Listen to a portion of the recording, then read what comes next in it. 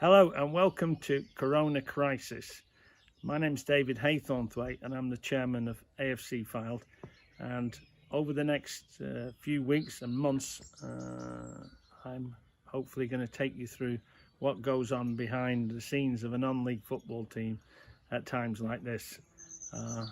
We're going to discuss all the issues regarding behind the scenes, the players, off-field staff, all the things that contribute to the running of the club, and how we're dealing with the issues that are being thrown at us on a daily and weekly basis, so that it gives you a really good insight to the club and the running of clubs in general. So I look forward to you joining me on this journey. David, thanks for joining us once again as we look behind the scenes at AFC Fylde.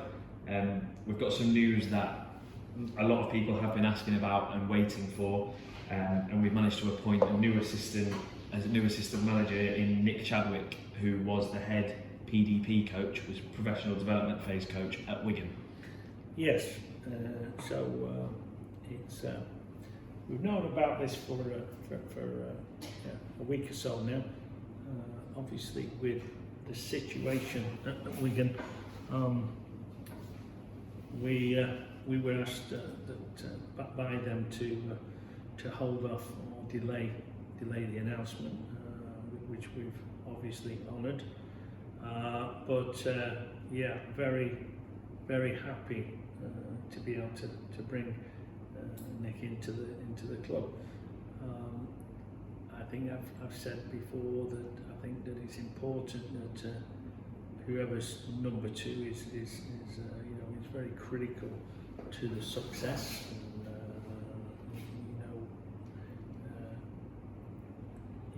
If you look at our situation, we felt that we needed to freshen that up with Jim. I think Jim had been with Kenny for 8-9 years, maybe longer. I said it, with Charlie and Colin Woodlaw. We've discussed all that. So we felt bringing in a proven young coach like that, ambitious.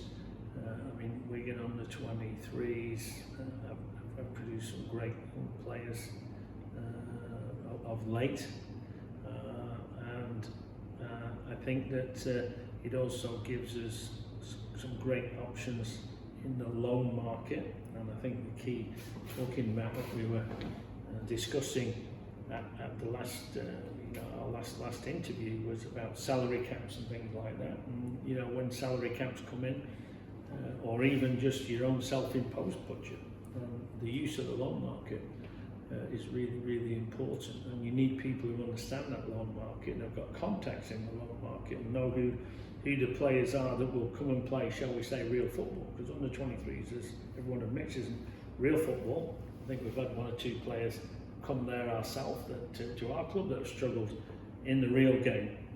And it's more rough and tumble in the north than it is in the conference. So great signing for us. It took a little bit to get it over the line, but we managed to get there. And Jonty had spoken very highly of Nick, because obviously Jonty's got the Wigan connection himself, having been there. He knew about him as not only as a coach but as a person. That's equally important. I think when we discussed the subject with Jim also knew him very well, because they'd been on a couple of courses together, and I think he'd known him for quite a while. So I think it's all come together nicely, and I think there'll be a good combination together. But it's since we started the negotiation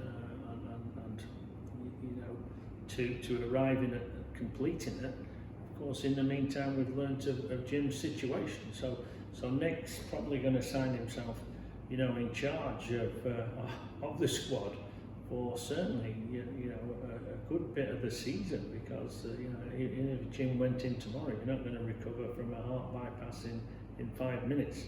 So Nick's going to be a really key part of our organisation, and it's critical we get off to a good start to the season. So I haven't had the pleasure of meeting him myself yet.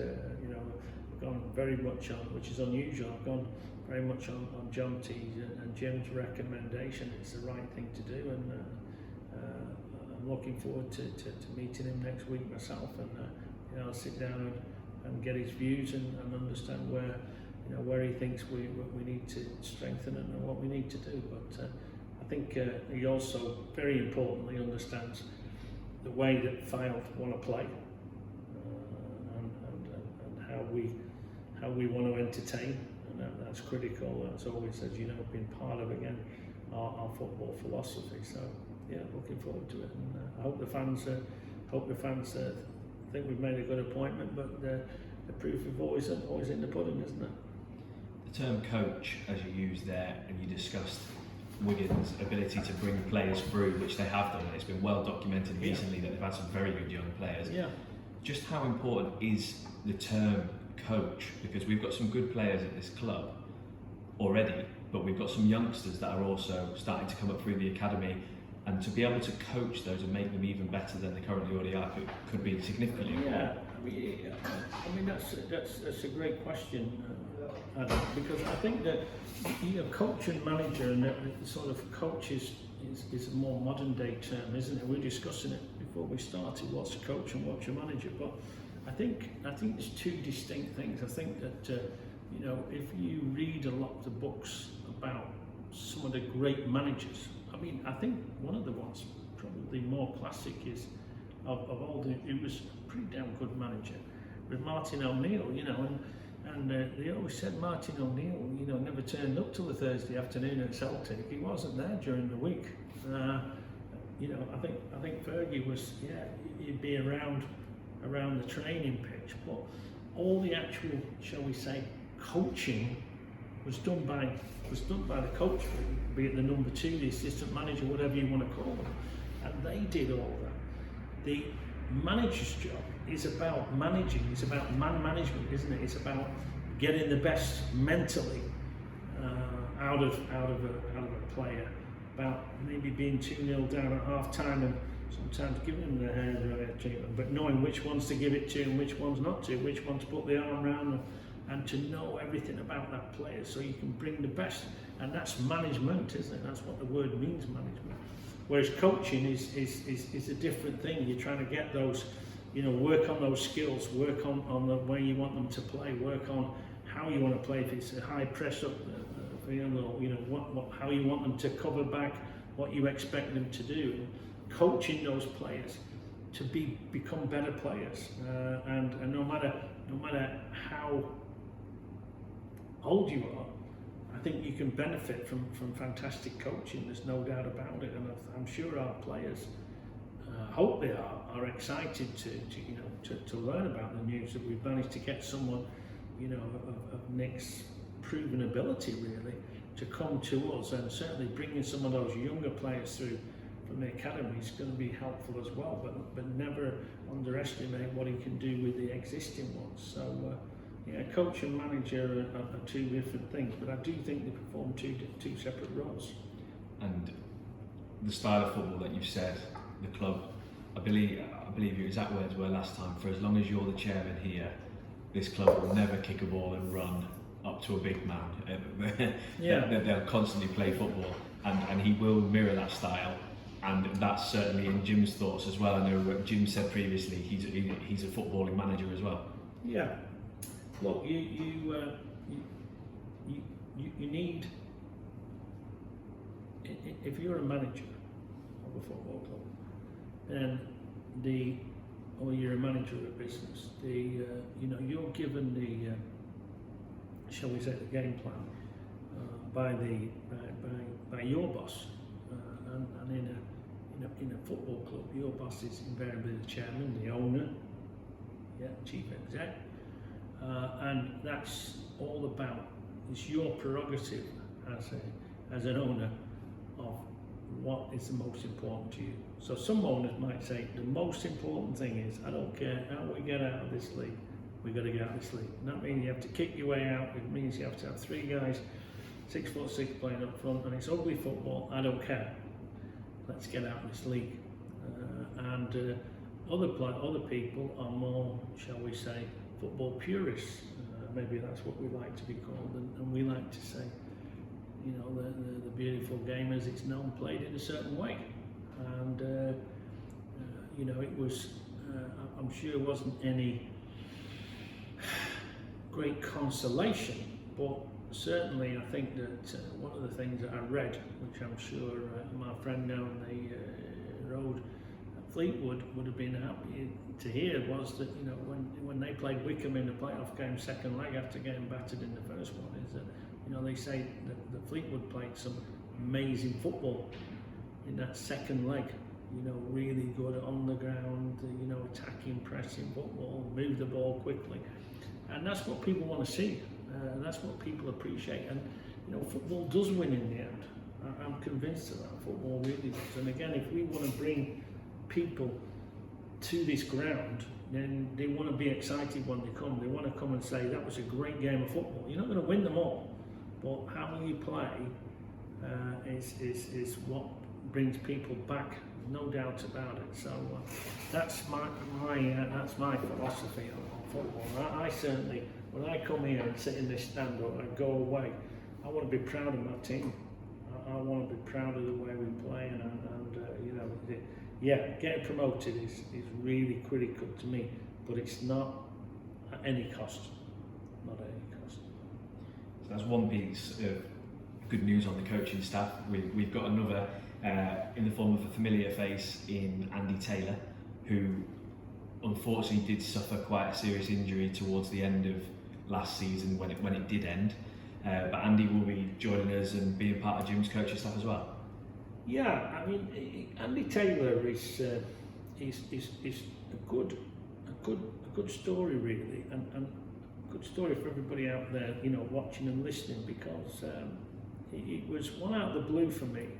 And John T. and I hope Andy doesn't mind me telling this little story, but John T, you know, came to me, I think a little bit tentatively, to be fair, because you know, I was telling him about reducing costs, and he said, look, Andy Taylor's you know, approached me, approached John T, and you know, he's interested in you know, he's a local lad, like everybody. Wants to stay involved in football, and would like to stay involved with the club. And I said, that's great, we've got no money, you know, and we had to strengthen the fitness coach, as you know, Jake Simpson. Talked about him. He's turned up where I thought he would do at Hartlepool with Dave Challoner. But next season, you know, I said, if we're in the Conference North, we won't be having to strengthen the fitness coach. We just can't afford one. You know, those are kind of a bit of a luxury. So he said, well, look, you know, he's interested in coming in, and he's prepared to come in at a very low rate. So I sort of said a bit flippantly, well, you know, there's no such thing as a low, go on, give me a low rate. So anyway, Andy, to be fair, has put himself forward and prepared to come in at what I think is a very competitive rate, and on that basis, and on the basis that, again, what I've said earlier, is the business our business has been pretty decent. It allows us to maybe do a couple of things that we weren't going to do initially. So Andy will be coming in as part of our team, and I'm looking forward to seeing how he develops, because I think that anybody who's prepared to, you know, shall we say, put his money where his mouth is and say, give me a chance, let me prove what I can do, and I'm basically prepared to do it, you know, at, shall we say, in business terms, at cost almost, you know, the minimum he needs to survive, I think. I have greatest admiration for, the greatest admiration, and it's those kind of people that I really want to see succeed in life, because they deserve to, not the ones that want to come in and you know, demand a king's ransom and think that the world owes them a living. So yeah, it's great to have Andy, and you know, I've heard he's really a good guy around the dressing room, and he's respected. You know, he's played a lot of league football at high level. So it's those kind of people where you start to build a team, you know, that's really, really important for the players themselves in that support mechanism. And Andy will be taking a position that we didn't otherwise have, and many other clubs do, and have in the position of being an analyst first and foremost. Jim, he knows Jim's style, having played with him. Yeah. He knows what the club wants to do, and he knows, I suppose, critically as well, the players that will be out on the pitch. So, as well as the fact that he'll be up in the stand looking from a different viewpoint to Jim, they can discuss different ideas of what's happening. He is also working towards, as you just mentioned, a qualification in sports science. So he can help in multiple areas. So he really is an asset. I think he's going to, Andy's going to wear, a number of hats, and he's going to be a bit of the classic jack of all trades, because we can't afford to have one for each particular one. So he'll be doing certainly match analysis. He'll be doing, involved in a sort of fitness regime, and he'll also be, we're going to do a sports science degree, which is all about health and diet and what you eat and all those things. So he'll be wearing a number of different hats, but all important. And there won't be many clubs in Conference North, I doubt, if will have the sort of support mechanism and background that we have. And again, it's a little bit of a gamble, because obviously Andy hasn't done it before, and I think that's why he's prepared to do it at such a competitive rate. And boy, we both hope it works out for him and for us, don't we? On paper, 2 exciting appointments. Yeah, very 2 different ones, but two new people coming into the club, and you need that that new ideas and new thinking. So looking forward to meeting Nick, as I said, and shaking Andy Taylor's hand when I see him. Thank you.